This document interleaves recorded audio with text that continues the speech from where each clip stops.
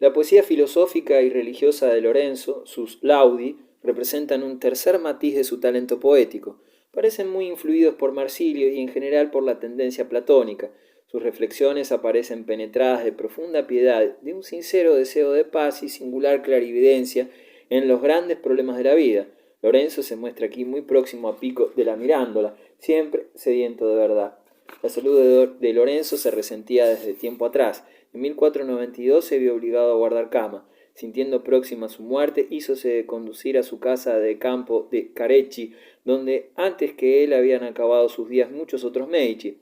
Allí congregó por última vez a todos sus amigos. Lorenzo deseaba en especial que acudiera Pico de la Mirándola. Al verlo, su rostro, señalado ya por el estigma de la muerte, se iluminó de gozo. Lorenzo se entretuvo largo tiempo con él y le dio gracias por todo cuanto le había enseñado, expresándole en términos emotivos cuánto sentía dejar la vida. Hubiera querido vivir mucho más para ver al fin completada tu biblioteca.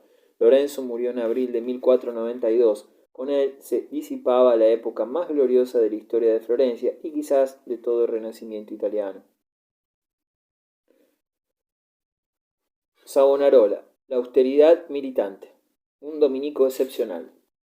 Lorenzo no convocó solo a sus amigos íntimos a su lecho de muerte, recibió también a uno de sus enemigos más encarnizados, Jerónimo Savonarola, célebre en la historia por su moral rigurosa y su celo reformista. La tradición tejió muchas leyendas acerca de la confrontación de ambas personalidades tan diferentes, por no decir opuestas. Pretende, por ejemplo, que Savonarola exigió del moribundo la restitución de los bienes mal adquiridos y la libertad de Florencia. Habiéndose negado Lorenzo a ello, Savonarola se alejó sin escucharlo en confesión, todo lo cual es pura leyenda. Lorenzo pidió la bendición de Savonarola con tacto y sencillez, y éste se la dio en tono amistoso. Pero, si en la alcoba mortuoria de Lorenzo no estalló el conflicto descrito por la tradición, el encuentro entre el magnífico y su adversario no fue por ello menos dramático. Savonarola cumplió con sus deberes de sacerdote y mostró caridad cristiana, pero salió de allí convencido de que los ideales humanistas defendidos por Lorenzo acompañaban a éste hasta la tumba. Savonarola nació en Ferrara en 1452. Ante todo, su padre lo hizo estudiar filosofía. El joven leyó a Platón, no sintiendo por él ningún entusiasmo. En cambio, lo trajo a Aristóteles. En consecuencia, la filosofía que lo impresionó más fue la de Tomás de Aquino. La doctrina del gran escolástico tuvo un efecto decisivo en la evolución ideológica de Savonarola. Una vez que Jerónimo hubo pasado sin tropiezo su examen de maestro en filosofía, inició el estudio de la medicina para seguir la tradición familiar, aunque desde su infancia se sintió atraído por la religión. Siendo joven estudiante, tuvo oportunidad de observar el mundo y lo espantó la corrupción que lo rodeaba. En la corte de Ferrara, donde reinaba la célebre familia de este, las costumbres eran muy licenciosas. El abuelo del soberano reinante, Ercole, se había entregado una vida desordenada, atribuíansele 800 amantes. El carácter de Savonarola fue además influido por una dolorosa experiencia personal.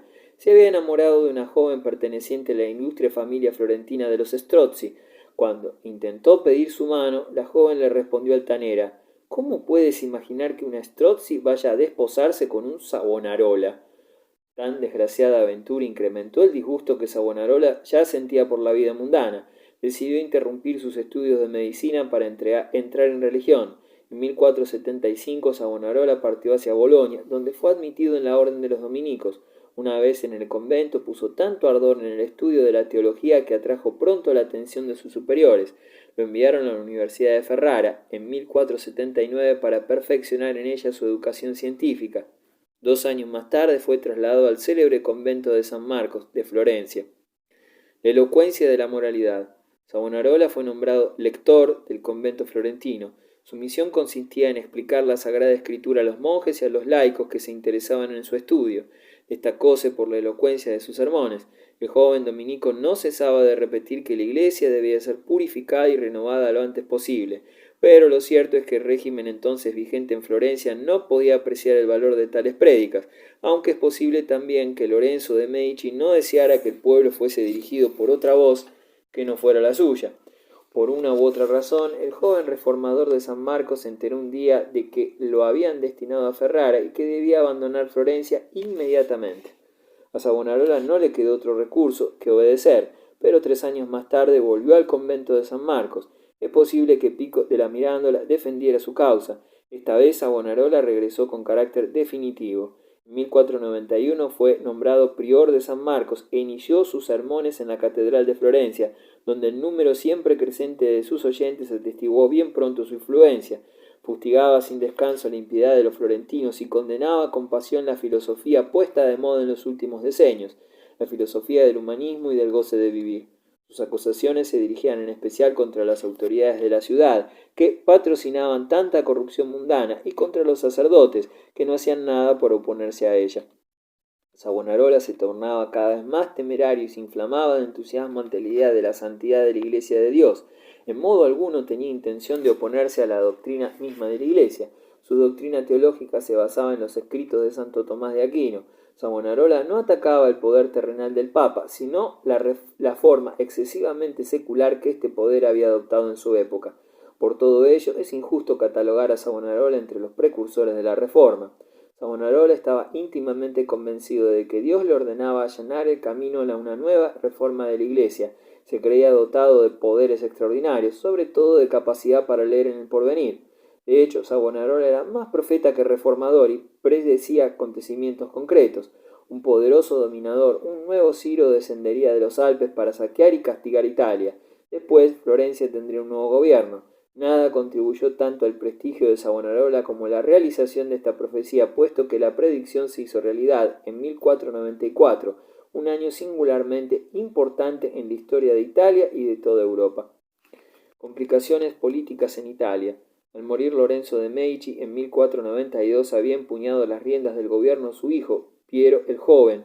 Más que a su padre, Piero se parecía a su madre, la altiva aristócrata Chiara Orsini. No se observa en él rastro alguno de aquella sencillez característica de los primeros Medici, pero era orgulloso y despectivo, con la triste habilidad de crearse enemigos. Pronto fue evidente que Piero no desempeñaría un papel de primera categoría como banquero ni como político. Los primeros Medici habían cimentado su política exterior en dos principios. Florencia debía conservar a cualquier precio la alianza con Milán y la amistad de Francia. Pero en sus últimos años Lorenzo no había observado estas normas con toda la firmeza que la situación requería. La alianza con el rey Fernando de Nápoles perjudicó sus buenas relaciones con Milán, a consecuencia de las graves diferencias entre Milán y Nápoles. A la larga resultó imposible mantener alianza simultánea con cada una de estas potencias. En Milán había muerto Francesco Sforza en 1466, dejando heredero del ducado a su hijo, Galeazzo María Sforza. El nuevo duque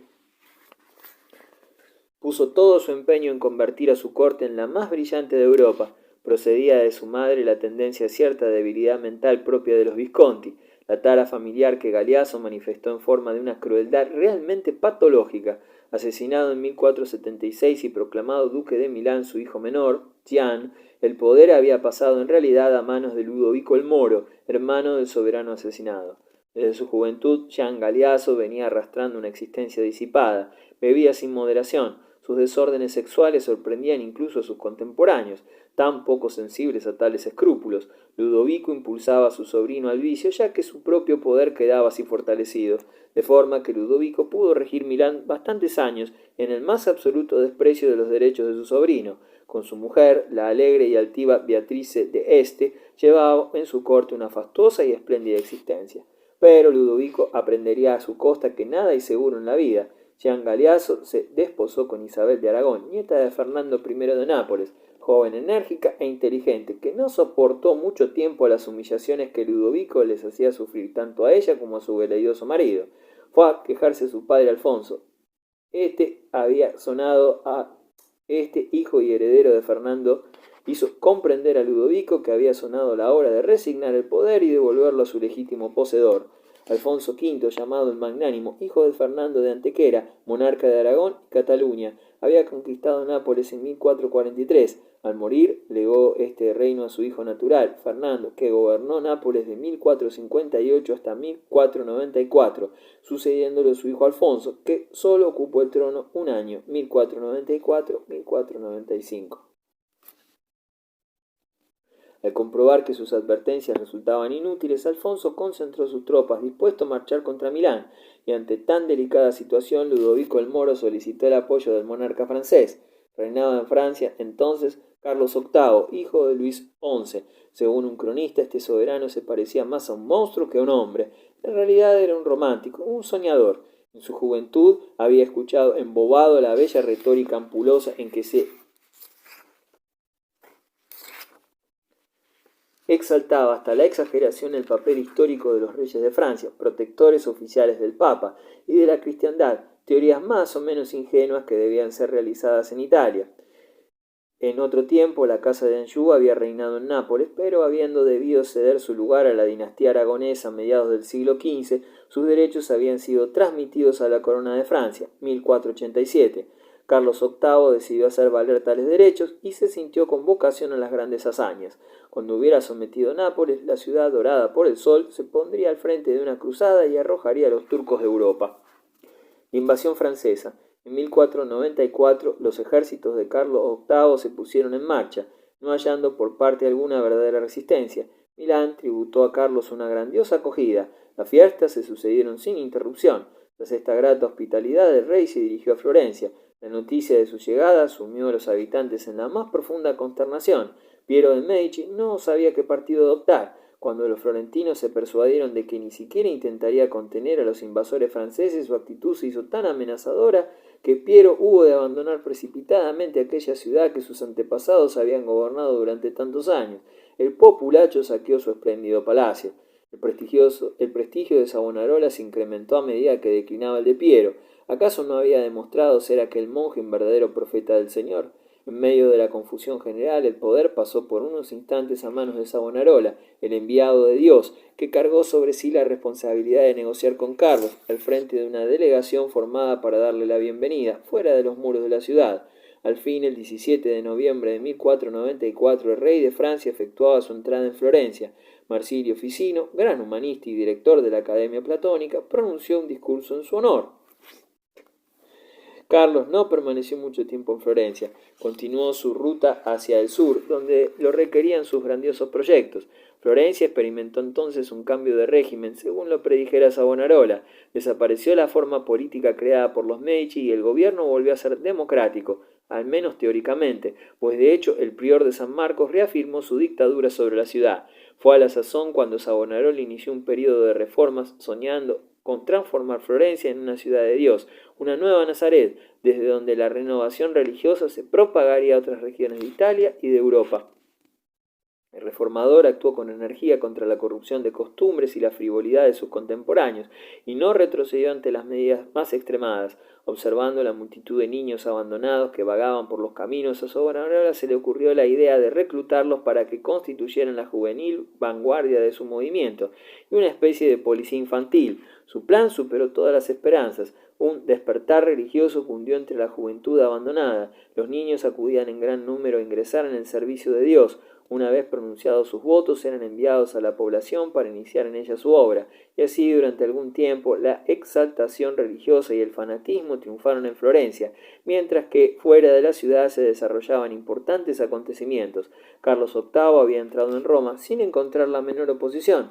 Poco después las tropas francesas se encaminaron hacia Nápoles. El rey Alfonso perdió la serenidad, como antes Piero de Medici, y el Papa abandonó su trono y se refugió en un convento donde murió algún tiempo después. Ante la confusión general, también Nápoles se rindió en febrero de 1495. Carlos había podido atravesar toda Italia sin entablar una sola batalla. Angustiada, la gente comentaba que ni el propio Julio César había logrado semejantes victorias en tan poco tiempo.